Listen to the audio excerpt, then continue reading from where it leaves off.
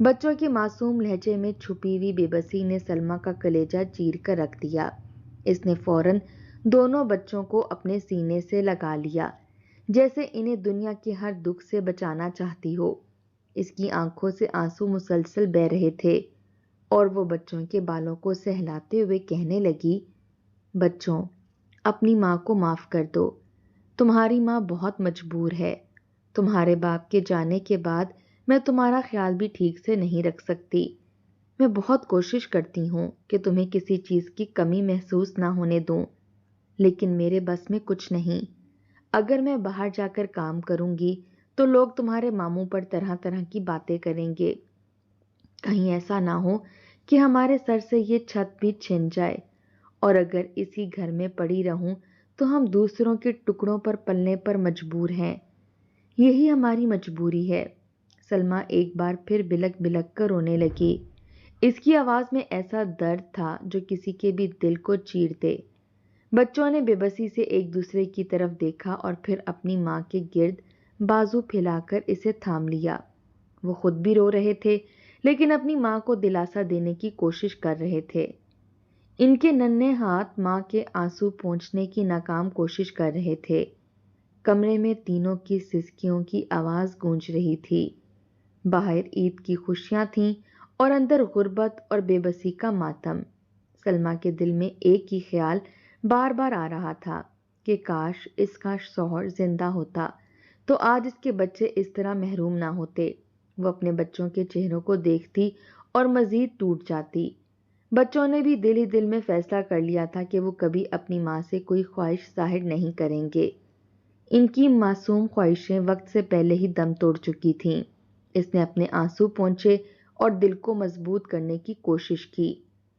وہ جانتی تھی کہ اگر وہ خود ہی ٹوٹ جائے گی تو اس کے بچوں کا سہارا کون بنے گا۔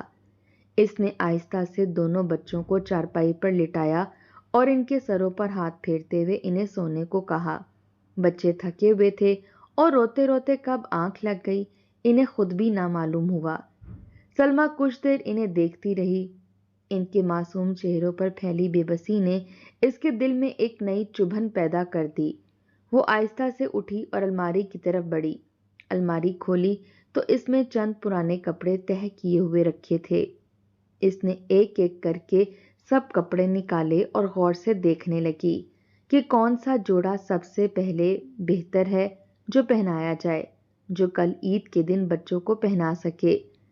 بڑی مشکل سے اسے 2 جوڑے ایسے ملے جو نسبتاً کم خراب تھے، اگرچہ ان کا رنگ مان پڑ چکا تھا اور کپڑا بھی جگہ جگہ سے گھس چکا تھا، مگر پھر بھی وہی اس کے بچوں کے لیے سب سے بہتر تھے۔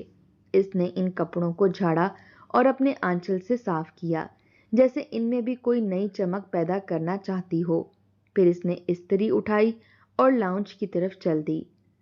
لاؤنج میں روشنی پھیلی ہوئی تھی۔ زوار اور شیزا اپنے بچوں کے ساتھ بیٹھے ہنسی مذاق کر رہے تھے۔ ان کے کہکے پورے گھر میں گونج رہے تھے اور مہنگے کپڑوں کی خوشبو فضا میں پھیلی ہوئی تھی۔ سلمہ خاموشی سے ایک کونے میں جا کر بیٹھ گئی اور کپڑے استری کرنے لگی۔ اس کے ہاتھوں کی حرکت میں ایک عجیب سی سنجیدگی تھی، جیسے وہ صرف کپڑے نہیں بلکہ اپنے بچوں کی خوشیوں کو سیدھا کرنے کی کوشش کر رہی ہو۔ وہ بار بار کپڑے پر ہاتھ پھیرتی اور پھر استری چلاتی، جیسے ہر شکن کے ساتھ اپنی غربت کو بھی مٹانا چاہتی ہو۔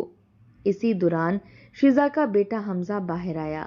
اس نے سلمہ کو دیکھا اور تجسس سے بولا، پھپھو کیا کر رہی ہو؟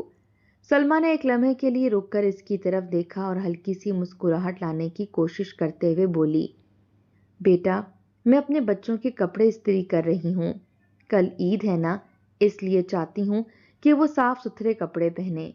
حمزہ نے آگے بڑھ کر کپڑوں کو غور سے دیکھا اور بولا، اچھا یہ کپڑے پہنیں گے وہ؟ سلمہ نے دھیرے سے جواب دیا، ہاں بیٹا یہی پہنیں گے۔ حمزہ کے چہرے پر عجیب سا تاثر ابھرا۔ اس کی آنکھوں میں حسد کی ایک جھلک تھی، حالانکہ اس کے اپنے کپڑے نہایت قیمتی اور خوبصورت تھے، مگر ان سادہ مگر صاف کپڑوں میں ایک اپنائیت اور نفاست تھی جو شاید اسے کھٹک رہی تھی۔ وہ تھوڑا سا منہ بنا کر بولا، پھپھو کپڑے بعد میں استری کر لینا، پہلے میرے لیے جوس بنا دو، مجھے بہت پیاس لگی ہے۔ سلما نے ایک لمحے کے لیے استری کی طرف دیکھا، پھر بچوں کے کپڑوں کو احتیاط سے سائڈ پر رکھا اور بولی، اچھا بیٹا، ابھی بنا دیتی ہوں۔ وہ فوراً اٹھ کر کچن کی طرف چلی گئی۔ اس کے جاتے ہی حمزہ کے چہرے پر ایک شرارتی مسکراہٹ آ گئی۔ اس نے ادھر ادھر دیکھا کہ کوئی اسے دیکھ تو نہیں رہا، پھر آہستہ سے استری اٹھائی اور کپڑوں پر رکھ دی۔ چند لمحوں میں کپڑے جلنے کی بو پھیل گئی، کپڑے سیاہ ہونے لگے اور ان میں سوراخ پڑ گئے۔ حمزہ نے جلدی سے استری ایک طرف رکھی اور ایسے بنا جیسے کچھ ہوا ہی نہ ہو۔ جب سلما جوس بنا کر واپس آئی تو اس کی نظر جیسے ہی کپڑوں پر پڑی وہ ساکت رہ گئی۔ اس کے ہاتھ سے گلاس چھوٹتے چھوٹتے بچا۔ وہ دوڑ کر کپڑوں کے پاس آئی اور انہیں اٹھا کر دیکھنے لگی۔ کپڑے بری طرح جل چکے تھے۔ اس کی آنکھوں میں آنسو بھر آئے اور دل جیسے کسی نے مٹھی میں جکڑ لیا ہو۔ اس نے بے بسی سے ادھر ادھر دیکھا، پھر زوار اور شیزا کے پاس جا کر بولی، بھائی یہ کپڑے جل گئے ہیں، ابھی میں نے استری کیے تھے اور حمزہ یہاں تھا۔ اس کی بات مکمل بھی نہ ہوئی تھی کہ شیزا نے تیکھے لہجے میں کہا، ہمارے بچے پر الزام مت لگاؤ، اپنے کام خود سنبھالنا نہیں آتا اور قصور ہمارے بچوں کا نکال رہی ہو۔ زوار نے بھی سرد لہجے میں کہا، بس کرو سلما، اتنی سی بات پر شور مچا رہی ہو، اگر کپڑے جل گئے ہیں تو کوئی آسمان نہیں ٹوٹ پڑا۔ شیزا الماری سے کچھ پرانے کپڑے نکالنے لگی، مگر پھر اچانک رک گئی اور بولی، نہیں، یہ بھی نہیں دے سکتی، میرے اپنے بچوں کے کام آئیں گے۔ سلما خاموش کھڑی رہ گئی، اس کے پاس کہنے کو کچھ نہ تھا۔ وہ آہستہ سے واپس اپنے کمرے میں آ گئی اور جلتے ہوئے کپڑوں کو دیکھ کر رونے لگی، مگر اس نے بچوں کو جگایا نہیں۔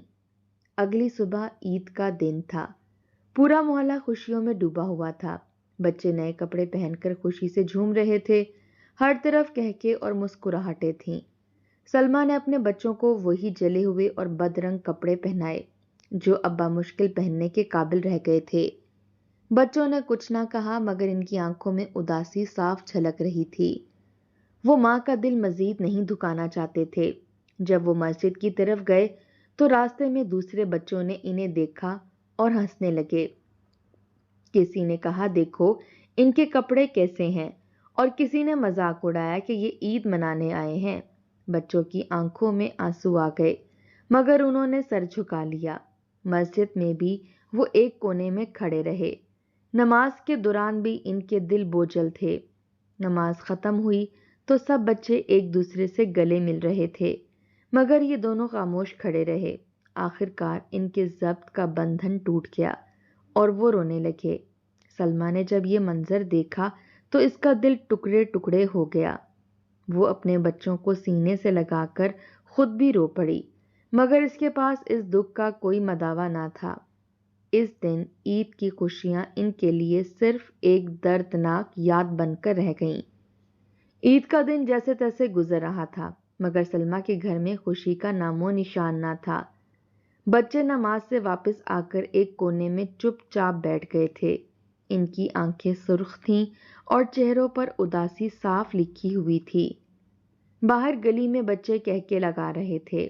نئے کپڑوں کی کھنک اور عیدی کی خوشبو ہر طرف پھیلی ہوئی تھی، مگر اس کمرے میں خاموشی اور محرومی بسی ہوئی تھی۔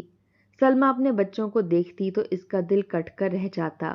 وہ بار بار ان کے سروں پر ہاتھ پھیرتی اور خود کو مضبوط رکھنے کی کوشش کرتی، مگر آنسو تھے کہ رکنے کا نام ہی نہیں لے رہے تھے۔ اس نے دل ہی دل میں اللہ سے دعا مانگی کہ یا اللہ، میرے بچوں کی یہ محرومی تو دیکھ لے، یہ معصوم ہے، ان کا کیا قصور ہے؟ اگر مجھ سے کوئی خطا ہوئی ہے تو اس کی سزا مجھے دے دے، مگر میرے بچوں کو اس طرح نہ آزما۔ بچے بھی خاموشی سے بیٹھے اپنی ماں کو دیکھ رہے تھے، جیسے وہ بھی دل ہی دل میں کوئی دعا مانگ رہے ہوں۔ وقت جیسے رک سا گیا تھا، ہر لمحہ بوجھل اور تکلیف دہ لگ رہا تھا۔ اچانک دروازے پر دستک ہوئی۔ آواز اتنی غیر متوقع تھی کہ سب چونک گئے۔ زوار جو باہر صحن میں بیٹھا تھا وہ اٹھ کر دروازے کی طرف گیا۔ اس نے جیسے ہی دروازہ کھولا تو سامنے کا منظر دیکھ کر اس کی آنکھیں حیرت سے پھیل گئیں اور وہ ساکت رہ گیا۔ دروازے کے باہر ایک بڑی سی قیمتی گاڑی کھڑی تھی اور اس کے پیچھے کئی دوسری گاڑیاں قطار میں لگی ہوئی تھیں۔ ان گاڑیوں سے سیاہ لباس میں ملبوس باڈی گارڈز باہر نکل رہے تھے، جن کے ہاتھوں میں بڑی بڑی ٹوکریاں تھیں۔ ان ٹوکریوں میں نئے کپڑے، جوتے، کھلونے، مٹھائیاں اور طرح طرح کے کھانے پینے کی چیزیں بھری ہوئی تھیں۔ گھر کے باہر اچانک یہ منظر دیکھ کر محلے کے لوگ بھی جمع ہونا شروع ہو گئے۔ زوار ابھی تک سمجھ نہیں پا رہا تھا کہ یہ سب کیا ہو رہا ہے۔ اتنے میں سب سے بڑی گاڑی کا دروازہ کھلا اور اس میں سے ایک باوقار اور خوبصورت عورت باہر نکلی۔ اس کے لباس اور انداز سے ہی ظاہر ہو رہا تھا کہ وہ کسی بڑے گھرانے سے تعلق رکھتی ہے۔ سلمیٰ بھی کمرے سے نکل کر دروازے تک آ گئی۔ اس نے جیسے ہی اس عورت کو دیکھا تو ایک لمحے کے لیے رک گئی، پھر اس کی آنکھوں میں پہچان کی چمک ابھری اور اگلے ہی لمحے اس کے ہونٹ کانپنے لگے۔ یہ اس کی نند عائشہ تھی، جو کئی سالوں سے بیرون ملک میں اپنے شوہر کے ساتھ رہ رہی تھی۔ سلمیٰ کو یقین ہی نہیں آ رہا تھا کہ وہ حقیقت میں اس کے سامنے کھڑی ہے۔ عائشہ نے جیسے ہی سلمیٰ کو دیکھا، وہ تیزی سے اس کی طرف بڑھی اور اسے گلے سے لگا لیا۔ سلمیٰ کی ضبط کا بندھن ٹوٹ گیا اور وہ پھوٹ پھوٹ کر رونے لگی۔ وہ روتے ہوئے کہنے لگی، آپ نے تو پلٹ کر ہی نہیں دیکھا، ہم نے کتنی مشکلیں برداشت کی ہیں، آپ کو ہماری یاد بھی نہیں آئی؟ عائشہ نے حیرت سے اسے دیکھا اور فوراً اس کے آنسو پونچھتے ہوئے بولی، یہ تم کیا کہہ رہی ہو سلمیٰ؟ میں نے تو تم سے رابطہ کرنے کی بہت کوشش کی، میں بار بار فون کرتی تھی، مگر کبھی تم سے بات نہ ہو سکی۔ مجھے ہمیشہ یہی کہا گیا کہ تم ہم سے بات نہیں کرنا چاہتی اور بچے بھی ہم سے نفرت کرتے ہیں۔ یہ سن کر سلمیٰ چونک گئی اور اس کی نظریں فوراً شیزہ کی طرف اٹھ گئیں، جو ایک طرف کھڑی سب کچھ دیکھ رہی تھی۔ اس کے چہرے کا رنگ اڑ چکا تھا۔ زوار بھی یہ سب سن کر سکتے میں آ گیا۔ عائشہ نے سخت لہجے میں کہا، آخر یہ سب کیا ہے؟ کیوں میرے اور میرے بھائی کے گھر والوں کے درمیان دیوار کھڑی کی گئی؟ شیزہ کے پاس کوئی جواب نہ تھا۔ اس کا سر جھک گیا۔ زوار کو جیسے اپنی غلطی کا احساس ہو گیا۔ وہ شرمندگی سے سر جھکائے کھڑا تھا۔ عائشہ نے فوراً باڈی گارڈز کو اشارہ کیا تو وہ ساری ٹوکریاں اندر لے آئے۔ پورا صحن سامان سے بھر گیا۔ نئے کپڑے، جوتے، کھلونے اور عید کی ہر خوشی وہاں موجود تھی۔ عائشہ نے سلمیٰ کے بچوں کو اپنے پاس بلایا۔ وہ ڈرتے ڈرتے اس کے قریب آئے تو اس نے پیار سے انہیں گلے سے لگا لیا اور کہا، آج سے تمہیں کسی چیز کی کمی نہیں ہوگی، تم میرے بھائی کی امانت ہو اور اب میں خود تمہاری ذمہ داری لیتی ہوں۔ بچوں کی آنکھوں میں پہلی بار خوشی کی چمک آئی۔ سلمیٰ یہ سب دیکھ کر سجدے میں گر گئی اور اللہ کا شکر ادا کرنے لگی۔ اس کی دعائیں قبول ہو چکی تھیں۔ زوار اپنی جگہ کھڑا اپنی بیوی کے رویے پر بے حد شرمندہ تھا اور اسے اپنی غلطیوں کا شدت سے احساس ہو رہا تھا۔ اس دن عید کی خوشیاں واقعی اس گھر میں واپس آ گئی تھیں اور سلمیٰ کے بچوں کے چہروں پر وہ مسکراہٹ لوٹ آئی تھی جس کا وہ برسوں سے انتظار کر رہے تھے۔ عائشہ جب اندر آئی اور اس نے سلمیٰ اور اس کے بچوں کے حالات کو قریب سے دیکھا تو ایک لمحے کے لیے اس کے قدم جیسے زمین میں جم گئے۔ کمرے کی نمی زدہ دیواریں، پرانے بوسیدہ بستر، بچوں کے جلے ہوئے اور بدرنگ کپڑے اور ان کے معصوم چہروں پر چھپی ہوئی محرومی دیکھ کر اس کا دل شدت سے بھر آیا۔ اسے یقین ہی نہیں آ رہا تھا کہ اس کے اپنے بھائی کے گھر میں اس کی بھابھی اور بھتیجے اس حال میں زندگی گزار رہے ہیں۔ اس کی آنکھوں میں آنسو آ گئے اور وہ بے اختیار سلمیٰ کے پاس بیٹھی اس کا ہاتھ تھامنے لگی۔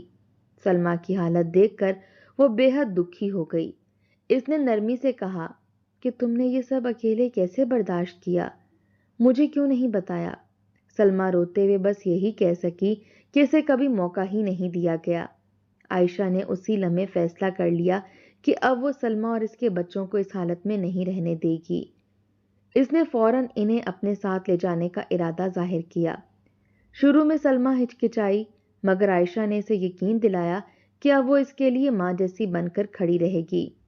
کچھ ہی دنوں میں عائشہ نے شہر کے ایک اچھے علاقے میں ایک صاف ستھرا اور کشادہ گھر لے لیا، جہاں ہر بنیادی سہولت موجود تھی۔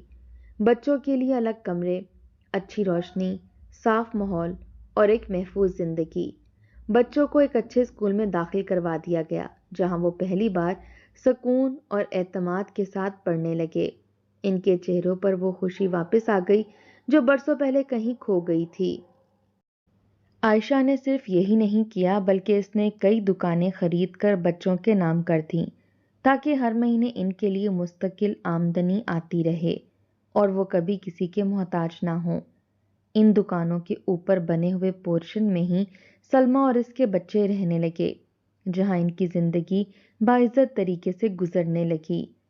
سلمیٰ جو زیادہ پڑھی لکھی نہیں تھی، اس کے باوجود عائشہ نے اپنی سفارش سے اسے ایک اچھی جگہ پر ملازمت دلوا دی، جہاں وہ عزت کے ساتھ کام کرنے لگی۔